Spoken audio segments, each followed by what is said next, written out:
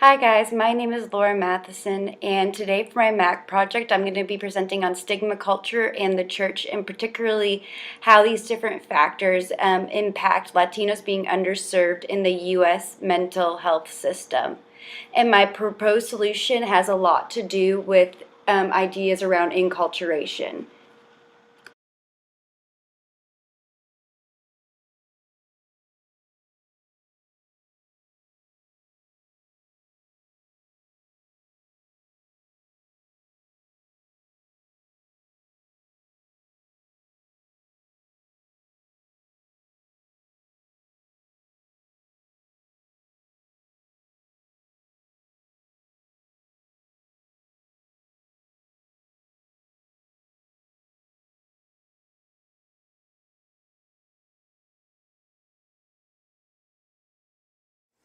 Hi guys, this is Laura Matheson.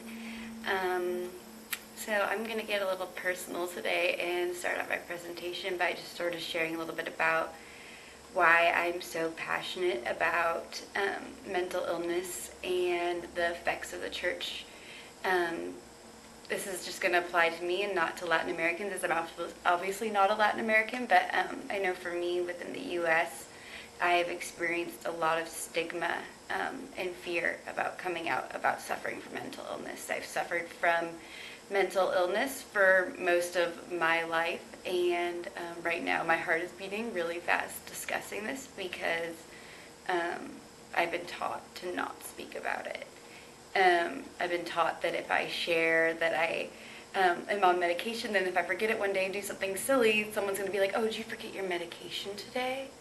And I've been taught that people are going to think of me differently if I let them know that I have suffered from mental illness. That they're either going to, think that I'm a nutcase, or they're going to be like, oh, poor Laura. But I think actually where I've experienced the worst stigma of my life has actually been since attending Fuller. And running into people who think that my mental illness can be prayed away, essentially. That there's no need for therapists, there's no need for counselors when you have Jesus. And I like that idea. I think in theory that's a wonderful thing, but the reality is God has placed therapists and counselors around us to help us. God was the great counselor, and he is the great counselor, but there's also a lot more need out there. And so to think that someone could say that mental illness is purely the result of a lack of spirituality, I think is really inaccurate, and I think it's preventing people in the Christian realm from seeking therapy. And fortunately, I know the truth that that is not at all the case, that I have a strong relationship with the Lord, and I also suffer from mental illness every single day, just like people suffer from physical illnesses. So anyways, I'm just going to kind of dive deeper into this topic of stigma associated with mental illness, and especially how it's impacted by culture. Okay, thanks guys. According to the National Survey on Drug Use and Health, in 2015 there were an estimated 9.8 million adults aged 18 or older in the U.S. suffering from a serious mental illness starting within the past year. This represents 4% of all U.S. adults. Here we see a graph that lays out that last study that I was just talking about, based on sex, age group, and race and ethnicity. And what I really want you to notice here, that among the percentages of the single ethnic groups, whites obviously account for the most mental illnesses, but tied for second are Hispanics. Now, among those Hispanics suffering from a mental health illness at all, according to a 2001 Surgeon General report, only 20% with symptoms will talk to their doctor about their concerns. That only 10% continue on to actually contact a mental health specialist. Now, you might be asking, what is keeping these people from accessing mental health services? And this really should be of concern to you, particularly if you are in the California area, because according to the U.S. Census Bureau in 2015, Latinos accounted for 38.8% of our population down here. That is a lot of people. And so in 2015, the same year as that census was published, the state of California did actually take notice, and UC Davis published a research project titled the California Reducing Disparities Project.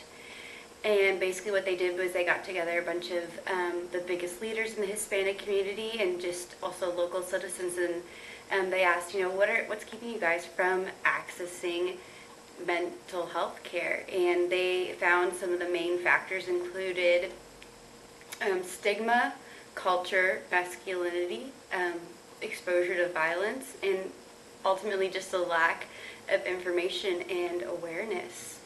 And I just thought that was really interesting because I feel like for so long, leaders in the field of psychology have actually acted a lot like the missionaries that we learned about in the colonial era. They just kind of assumed that typical individual therapy that works well in individualistic societies, such as in our Western society, those should just work well for people who are from collectivist cultures too, and that's just not the case. And so few therapists offered counseling in other languages. They didn't contextualize. And so in the course of reading about the study, I also found that they had the UC Davis had suggested some ways that we might be able to overcome these barriers to people accessing therapy, and some of those ideas included involving family in treatment, which makes a lot of sense for a collectivist culture. Getting church and religious leaders to take part in action against mental illness, setting up community role models and mentors for the youth, and finally, just organizing community chats where people can just discuss mental illness and those sorts of topics. And so sort of reflecting on all of this and the impact that religious leaders can have in this area, I decided that it would be really cool if I could shadow my friend who goes to an all-Hispanic church. They do the whole service in Spanish, everything. It's really cool. And so I shadowed him this weekend, and while I was there, I got to meet the head pastor, who actually is a psychologist, and his daughter is a social worker. And I sort of engaged with them in conversation about, what are you guys doing to, just address these disparities in your congregation members' access to mental health services? And they were like, we have some sort of informal stuff set up, but nothing really formal. And so I realized that for my project, something really cool that I might be able to do would be just to sort of put together a packet with information about places where people can actually access contextualized mental health services that will be offered in their own native language and that will take into account their own culture. And also to sort of maybe write some questions that they can have their congregation or their family members engage in together and discuss mental health issues and make it more of an open topic. And so I'm going to mention that to them later and see what they think about that. And I think that would be something really helpful to their congregation. All right. Thanks so much for listening to my ideas.